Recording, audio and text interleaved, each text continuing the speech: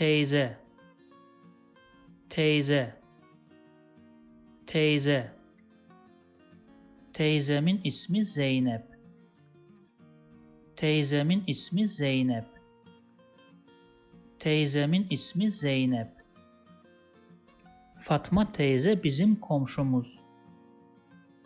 Fatma teyze bizim komşumuz. Fatma teyze bizim komşumuz. Benim 3 teyzem var. Benim 3 teyzem var. Benim 3 teyzem var. If you like this video, please subscribe to my channel below for more videos on Turkish grammar, vocabulary and pronunciation. Also, if you think this video can benefit somebody else, please share it with them.